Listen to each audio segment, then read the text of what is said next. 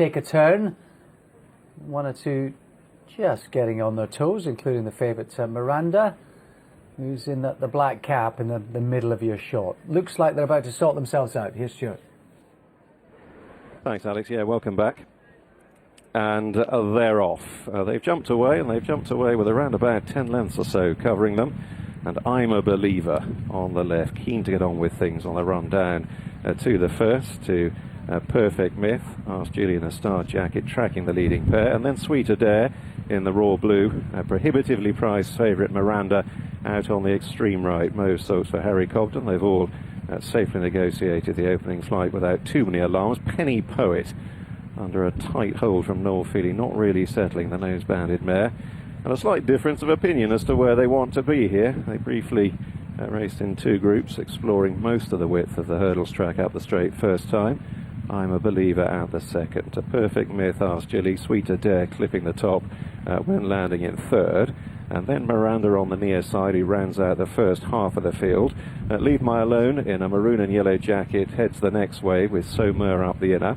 Couple of lengths away to Perfect Poet from Westerner Ocean. Illuminated Beauty in the star jacket is last but one. And Loquacious Lady looking on from last place as they swing the right-hander and head up the side of the track.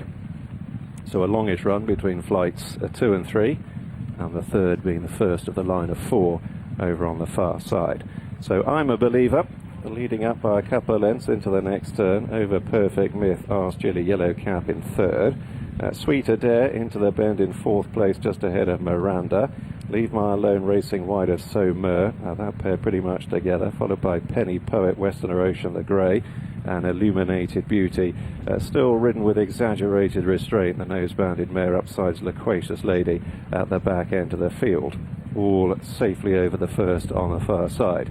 Approaching the halfway point, there'd be about 10, probably 12 lengths between them. I'm a Believer over safely, still leading the field. To Perfect Myth, Miranda poised out wide, just easing past Sweet Adair, who's in the raw blue. Then Ask Julie. Somer in a green and yellow jacket's made a little bit of progress behind them as they take the penultimate flight on the far side. She wasn't especially fluent there, however, Somer. Back of the field, Loquacious Lady hasn't really threatened to get involved, being pushed along and slightly adrift as they go towards the final one in the back straight. This is the third from home. I'm a Believer rather stepped at that, jumped it with all the aplomb of an Andalusian there, and the others now come up sides. Miranda joining the leading line with Perfect Myth up between them in the black and yellow, and right behind them Sweet Adair, the raw blue. Ask Julie and Somer next, and then towards the inside Penny Poet in the black and green jacket.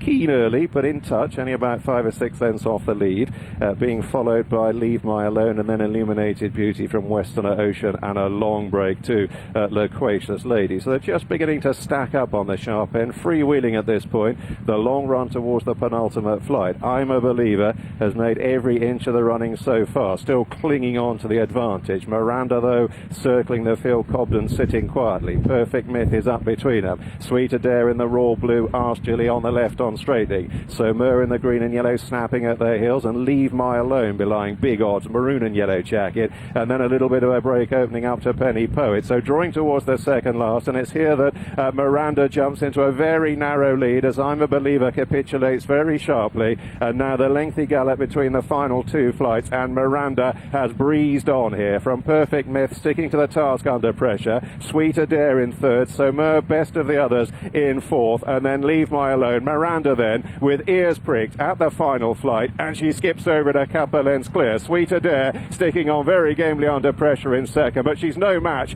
for the Nichols filly. And on a tempestuous afternoon at Wincanton, Miranda, hard held, makes it 2 out of 2 over hurdle. Sweet Adair second, Perfect Myth in third, Somer in fourth, and late gains into fifth, Illuminated Beauty catching the eye. Yeah, Miranda had a gilt-edged opportunity, and she converts from the penalty spot to make it 2 out of 2. Over here, Sweet Adair has bumped into one there. That's a really creditable effort. She'll find a much easier assignment. And Perfect Myth was back in that third spot with some promise from Somer, and indeed Illuminated Beauty 4 and 5. There's seen at Carlisle. That's lovely stuff. And the next, which is introducing Racing TV Novices Handicap Chase over 2 miles 5. Vasco DC I ran a really good race back from a near 2-year break last time, 7-2. Prince Dundee 5-1 into 9-2. Up Hellier King going chasing is 11-2, but weak in the market. Pretty open-looking race this.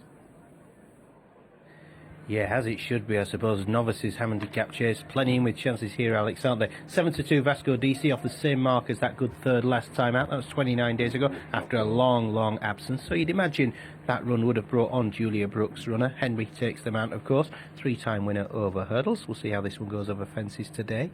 Andrew Sherratt is with me, horses in the paddock, for this introducing Racing TV Novices handicap chase. There's number 1, Vasco DC in the shot, Andrew.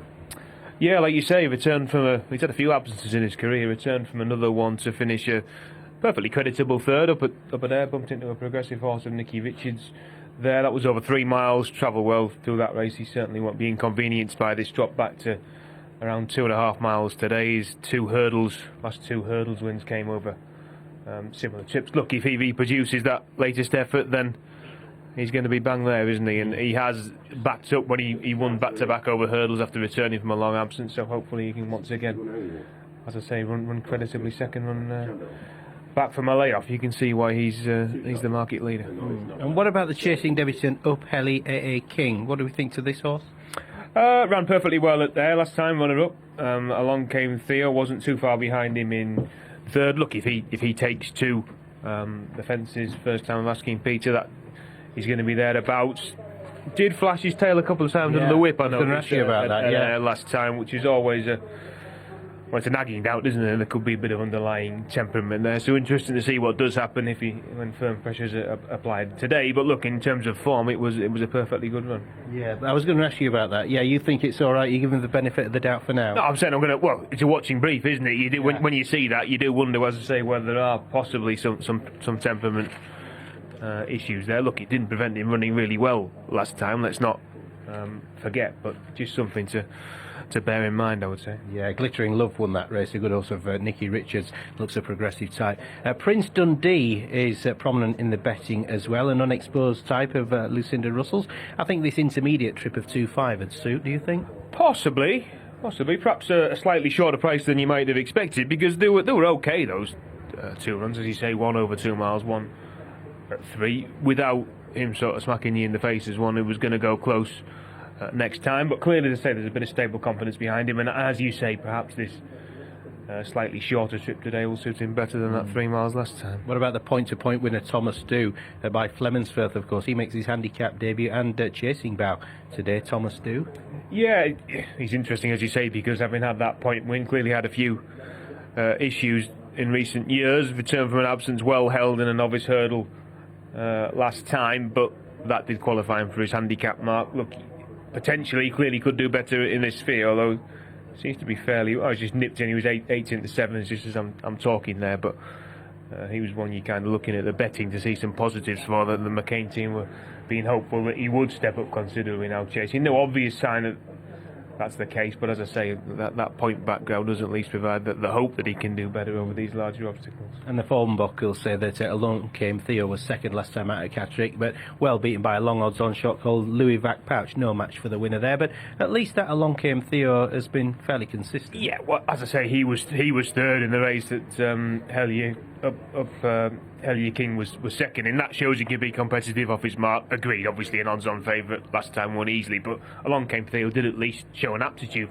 for chasing, I guess, in finishing second. And as I say, that previous hurdle run shows that he's competitive off his mark. And what about the other ones? The Lovely Stuff, number 2 on the card, number 6 PC Dixon, and number 9 rather Sorry. Lovely Stuff needs to step up. Another point winner. Didn't go the right way over hurdles, and hard to derive too many positives from his 2 efforts over fences. That the latter one, I suspect, was slightly better.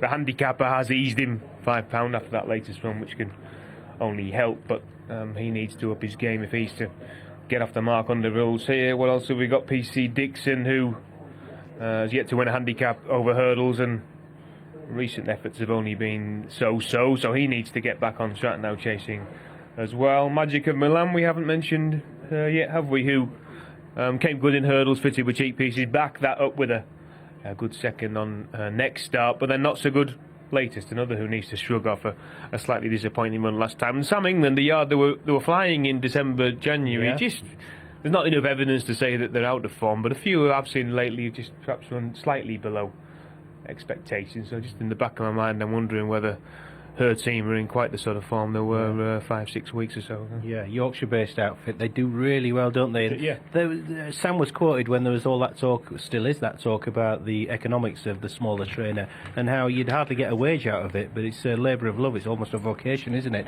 And they do it for their love. And they have had a good season, and the fact that the ground is testing, it should suit Magic of Milan. Yeah, conditions are fine. The yard tends to do quite well with those that switch from hurdles to fences as well. Look, it's a capable operation, no doubt about that. For all I'm wondering, perhaps quite what sort of form they're in, but we'll see how she does here. Runners edging forward, and they're off for the introducing Racing TV Novices Handicap Steeplechase, and a very short run down towards the first.